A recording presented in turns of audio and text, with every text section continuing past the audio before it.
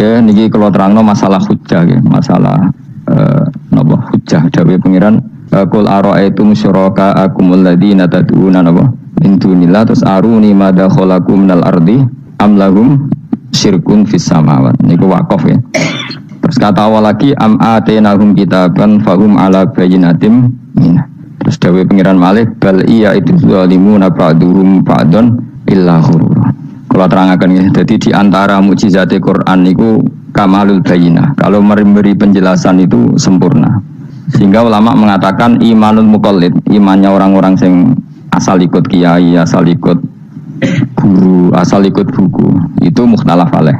Bahkan saya sendiri cenderung mengatakan iman itu tidak diterima. Karena manusia dibekali akal, inginnya Allah itu dengan akal itu dia punya kepermanenan iman, apa? Punya kepermanenan apa? Iman, dan dengan itu dia imannya mujma'aleh, mesti diterima oleh Allah Subhanahu wa ta'ala karena bin nadzari sahih, dengan logika yang benar. Dan logika yang benar itu gampang sekali.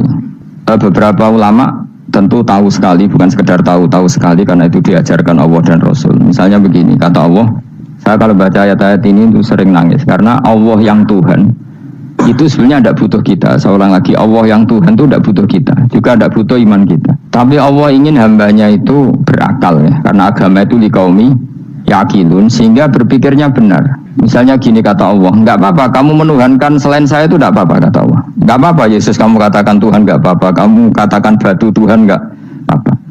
Tapi tolong prosedur ya, prosedur atau persyaratan menjadi Tuhan itu kamu lengkapi, yaitu punya prestasi menciptakan langit dan bumi. Kalau tidak semua surun semen kata Allah, sementing urun gitu. Jadi sebetulnya itu kan rasional. Misalnya nggak apa-apa kamu merasa jadi presiden atau gubernur atau jadi wali atau jadi apa, yang penting prosedurnya dipenuhi. Itu kayak apa Allah baiknya pada kita. Sehingga saya berkali-kali, makanya menurut saya orang alim itu wajib memaklumatkan kalau dirinya alim, supaya jelas aturan mainnya. Yang dilarang Allah itu kan memaklumatkan alim kemudian ingin hadun nafsi, ingin salam itu dicucuk dihormati, itu kriminal. Itu orang alim gendeng, gendeng sekali. Karena khasnya orang alim itu tentu cari ridhonya Allah, bukan ridhol khalqi, bukan ridhonya apa? Makhluk. Makhluk itu la syai', ada siapa-siapa. Dan kita harus baku seperti itu. Kenapa kalau orang alim enggak memaklumatkan kealimannya itu dikatakan salah? Karena fungsi orang alim adalah membawa bayinat, membawa ayat-ayat Allah, bukan kepentingan apa? Pribadi. Makanya Rasulullah nanti duka ngendikan idza zuharatil fitanu wal bid'u falyudhiril alim ilmahu wa illa fa'alaihi la'natullah wal malaikati wan nasi ajmain. Jika zaman akhir banyak bid'ah, banyak kebodohan, maka orang alim wajib menampakkan kealimannya. Jika tidak, maka dia mal'un, dilaknati langit dan bumi. Karena sebetulnya logika tentang Tuhan itu gampang sekali. Saya ulang lagi ya. Saya punya sekian contoh betapa tauhid itu mudah. Jadi kalau ada orang bilang ikhlas itu angel Gus, ya dia sendiri goblok karena nggak tahu logika apa. Ikhlas itu justru gampang. Misalnya kamu ngamal demi manusia, manusia itu umurnya hanya berapa coba? Kan pasti mati. Lalu kalau dia mati tidak berkutik, bagaimana Anda bersandar sama seseorang yang mati dan tidak berkutik? Sama-sama bersandar sama zat sing al-hayyul qayyum, sama zat yang abadi. Kamu latih terus akal kamu. Misalnya saya punya jamaah banyak, mereka itu kan nggak jelas surganya. Kok harap-harap syafaatnya piye? Soalnya jamaah aku pun rokok kabeh. Kan nggak mungkin nyafaati saya. Atau mereka mlebu swarga kabeh, wis do sibuk kelon mbek widadari. Mungkin ya ndak ngurusi saya. Jadi dua kemungkinan itu sama-sama ndak ngurusi saya. Mlebu rokok ya rasa nyafaati, kan mlebu swarga do sibuk napa? Ngeloni widadari karena trauma di bocah elek melarat macam-macam. Sehingga kiainya aja wis ora takok Gus Pak nang ndi wis ora takok wis ribet dhewe no. Nah, tentu saya juga sibuk sowan pangeran, sudah itu makom saya sudah sibuk sowan pangeran. Kowe pesta seks sing kula sowan pangeran. Wa swargane ayate pokoke inna ansa'na gunna napa? Insa'a faja'alna gunna. Apa bar kelon dadi prawan neh berarti keloni berarti. Serempet. Kula insyaallah melok daftar sing fa'ama in kana minal muqarrabin farauhu warihan. Jadi surganya muqarrabin itu enggak ada sifatnya. Di situ enggak dibakas bidadari, makan-makan enggak, tapi farauhu warihan. Satu surga yang sifatnya rohani karena enggak bisa disifati. Tapi saya daftar di situ ya hanya beberapa jam, baru itu gabung kon. Sawangane kok karo rasane wong ayu juga keberatan. Ya tapi saya tentu punya dua kelas, punya kartu premium dan ekonomi. Saya enggak tertarik lah daftar yang premium dok, nanti repot apa. Saya itu sering nangis kalau baca ayat seperti ini. Bagaimana Allah yang Tuhan kemudian tidak butuh apa-apa, tapi Allah saking baiknya itu membuat tatanan logika kita. Saya tidak akan bosan-bosan sampai sowan Allah. Bahkan andaikan saya masuk surga dengan faham ini, saya milih faham ini karena faham ini itu menguntungkan agama li'ilai kalimatillah. Sementara masuk surga itu hadun nafsi. Banyak ulama mengatakan, kenapa anda tidak ingin mati padahal anda mati masuk surga? Katanya saya takut kehilangan momen sujud karena sujud adalah hak Allah, sementara surga itu hakun nafsi, keinginan saya. Tentu saya mendahulukan hak Allah ala hakin nafsi. Itu makam-makam yang, dan itu nggak bisa kamu copy paste. Orang yang pada kelasnya akan merasakan seperti itu. Dan kamu tidak perlu minat, malah paham. Jadi sudah dengar saja, apa? Dengar saja.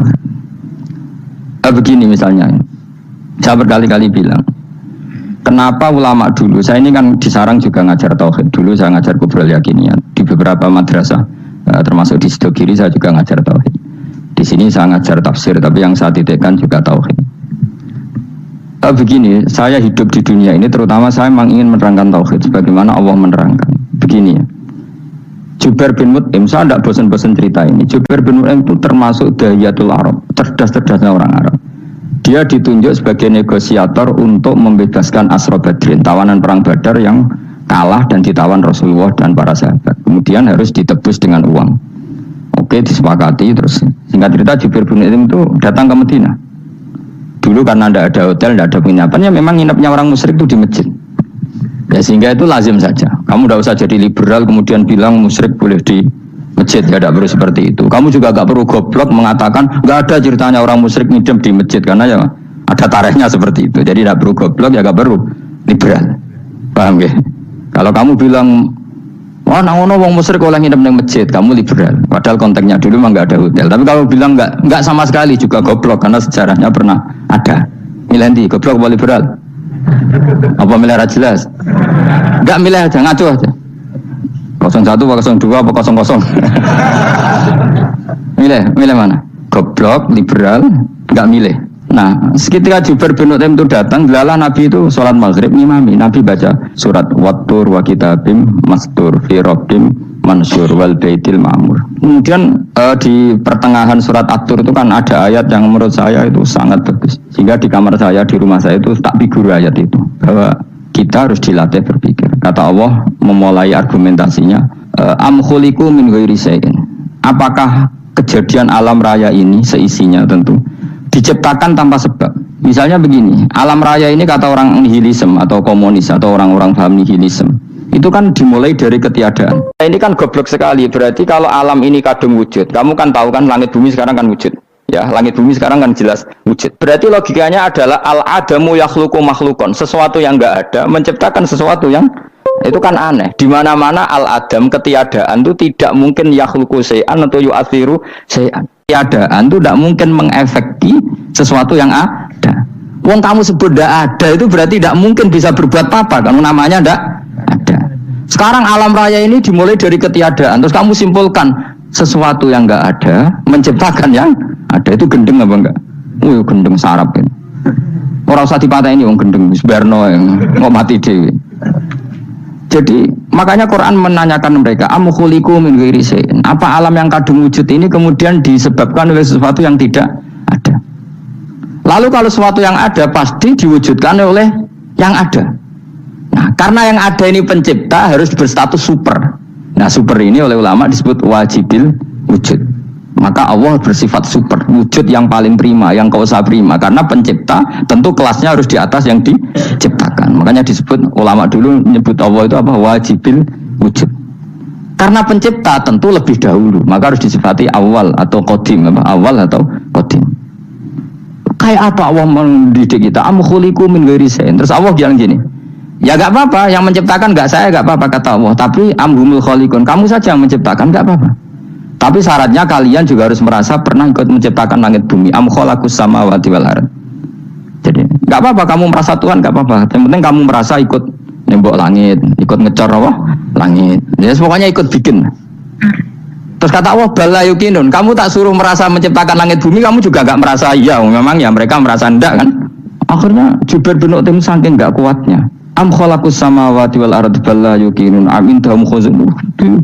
Sama Allah dibombardir seperti itu. Dia datangi Rasulullah, ya Muhammad, logika itu tidak meninggalkan akal saya. Matarok tali akli nasian. Akal saya habis Muhammad. Saya iman saja. Saya tidak cukup punya logika untuk melawan argumentasi ayat yang kamu baca. Saya iman saja. Terus iman. Makanya kalau ada logika nihilisme bahwa sebelum alam ini adalah ketiadaan, lalu pertanyaannya bagaimana mungkin ketiadaan menciptakan yang ada?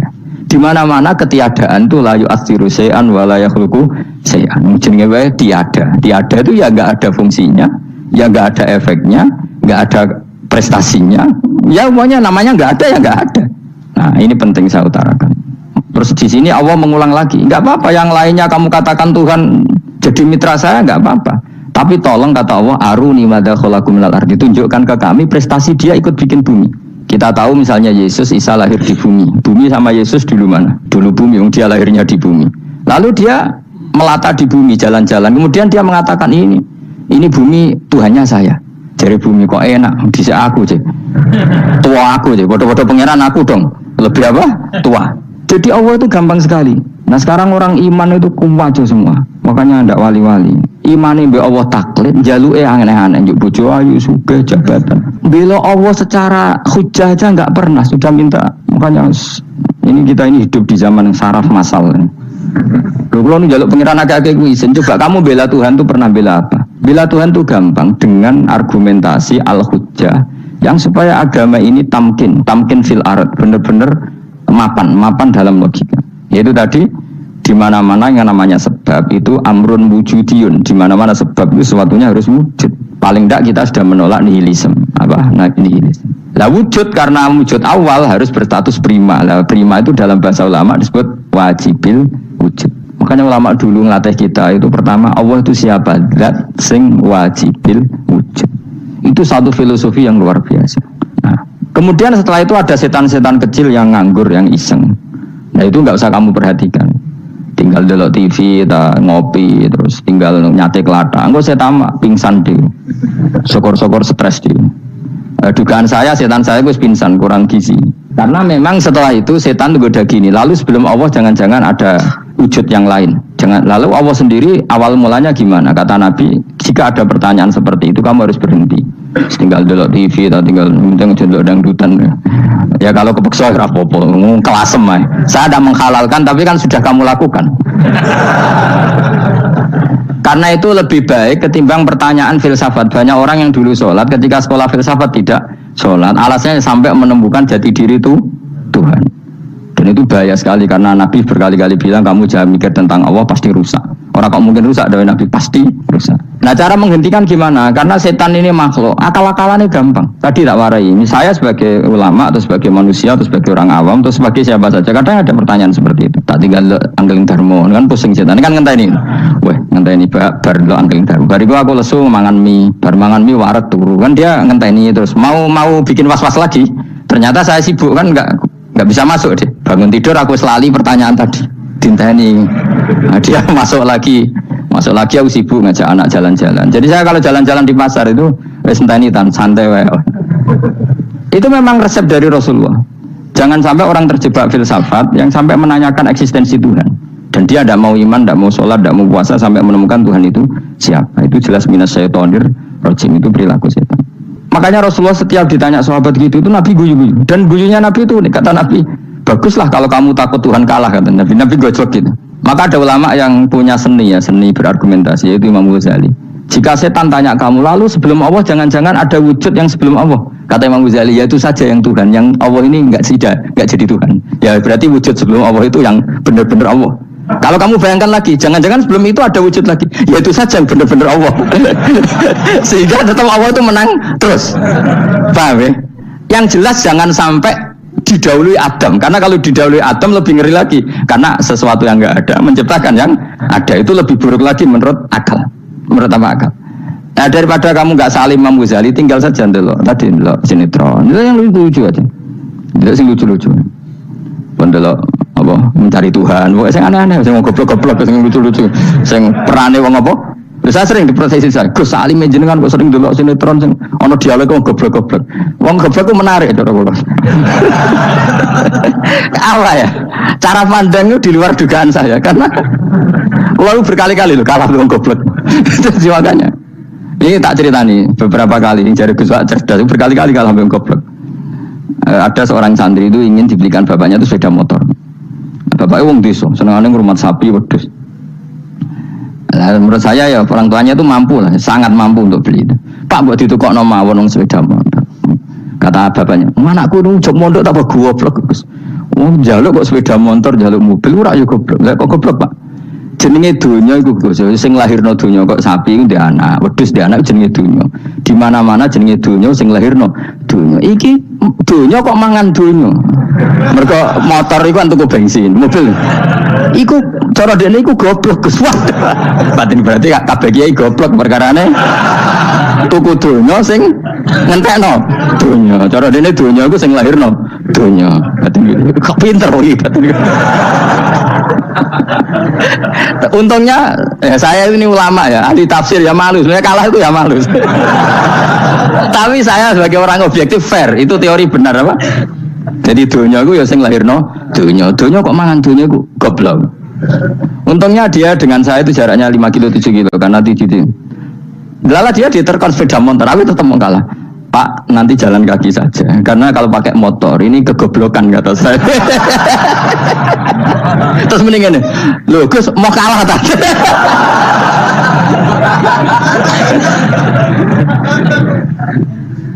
Wah kacau.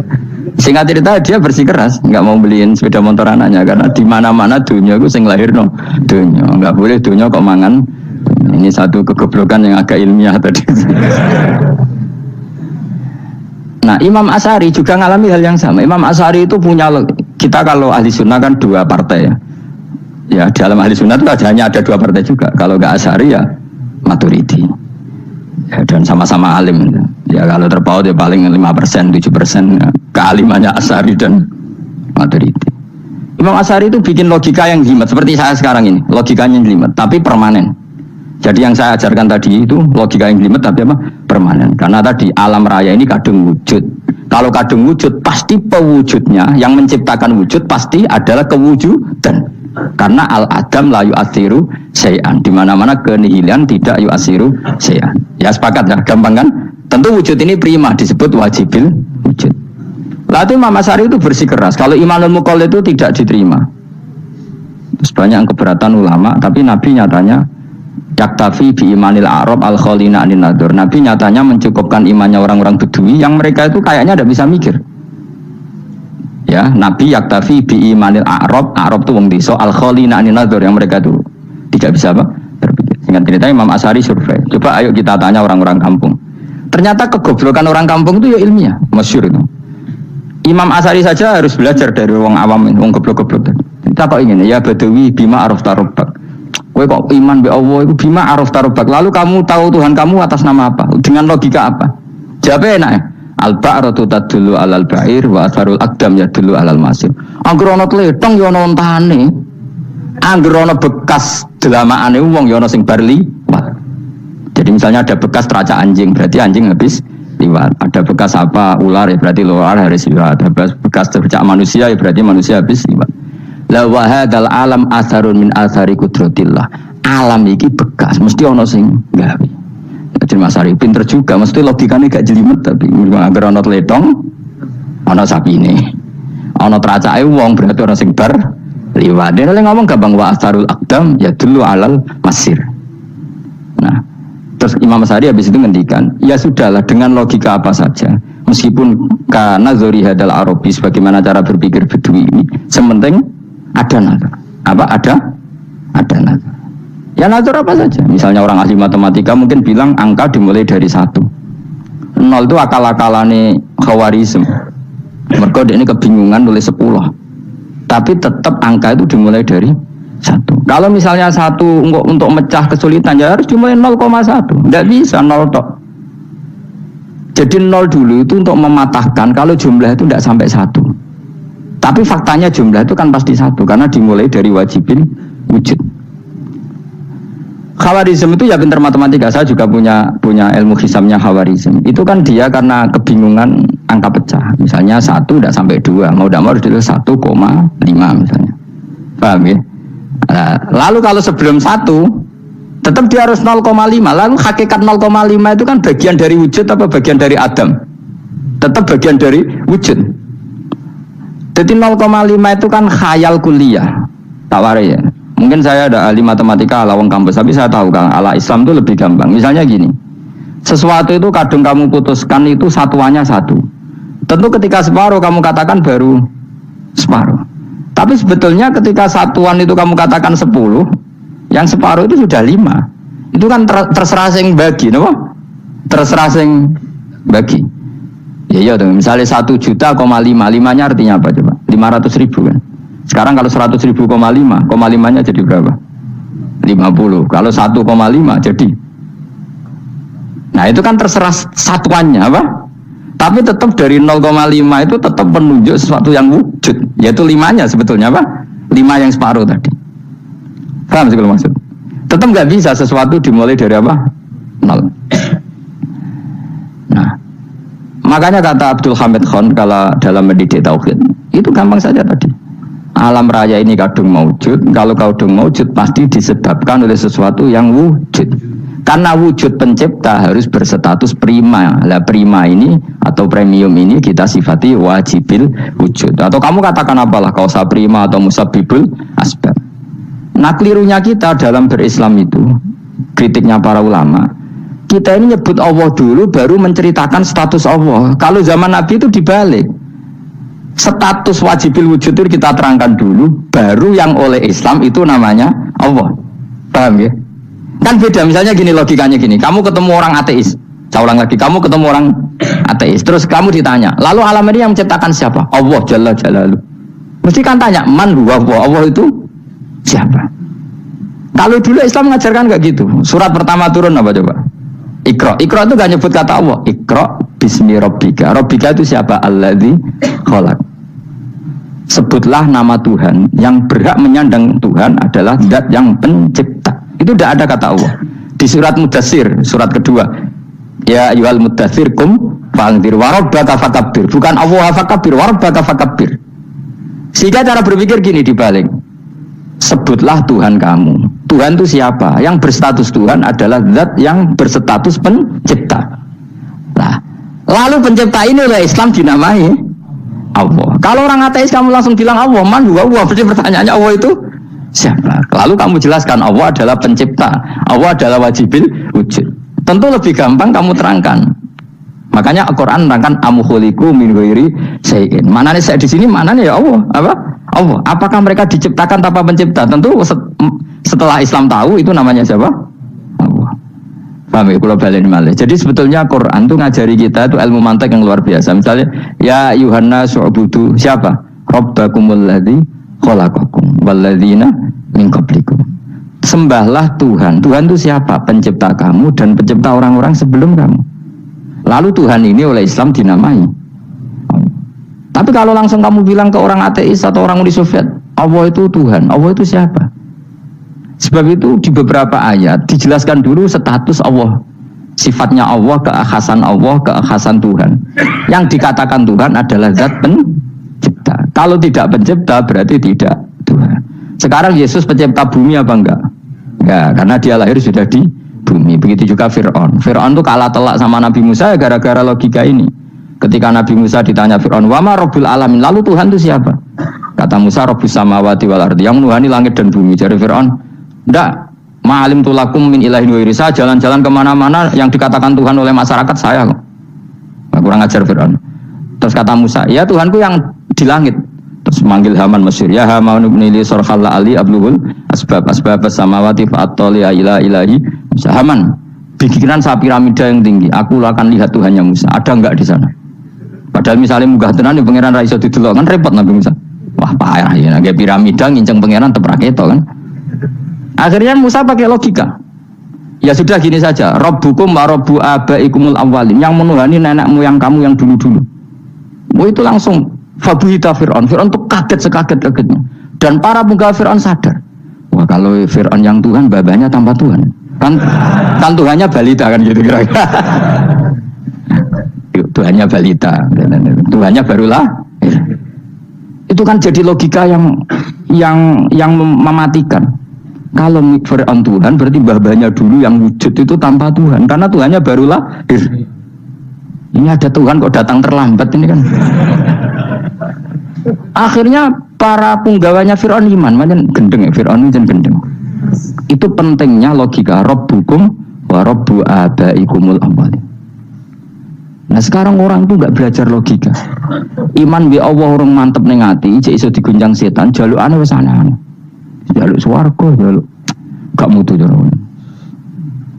Gak mutu.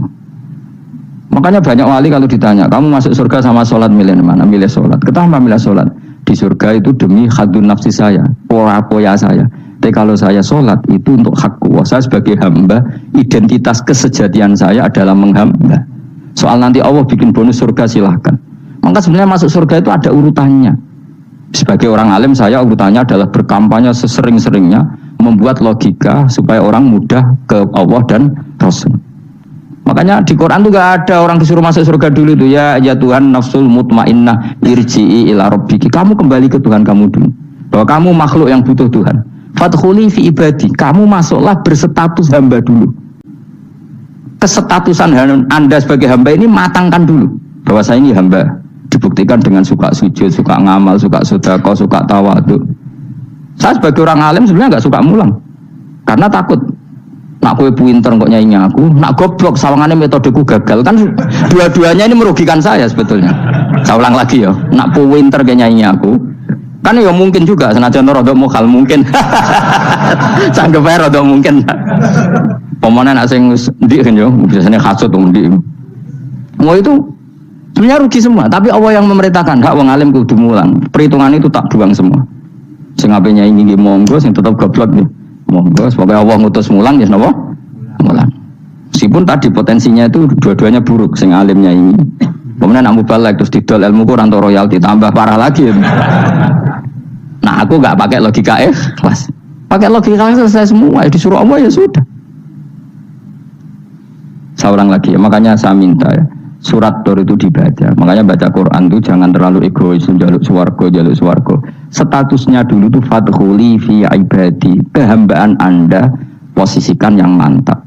Lagi wadkhuli jannati. Sekarang enggak dibalik, orang ini masuk surga dulu. Kayak surga istikabling. Terawih arang-arang gue jaluk Lailatul Qadar. Lailatul Qadar wis kliwat. Wingi wis Dzulhijjah wingi kan. Sebagian ulama berpendapat Lailatul Qadar itu fi kulli sanatin. Apa fi kulli? Karena Lailatul Qadar berdasar nuzul Quran, dan nuzul Quran itu bisa saja hari Arafah, bisa hari apa. Ada ulama mengatakan Ramadan, tapi bisa tanggal 1. Nah, kamu kan pemalas ikut yang partai 21, 23 karena kan wis akhir-akhir kan wis enteng ya.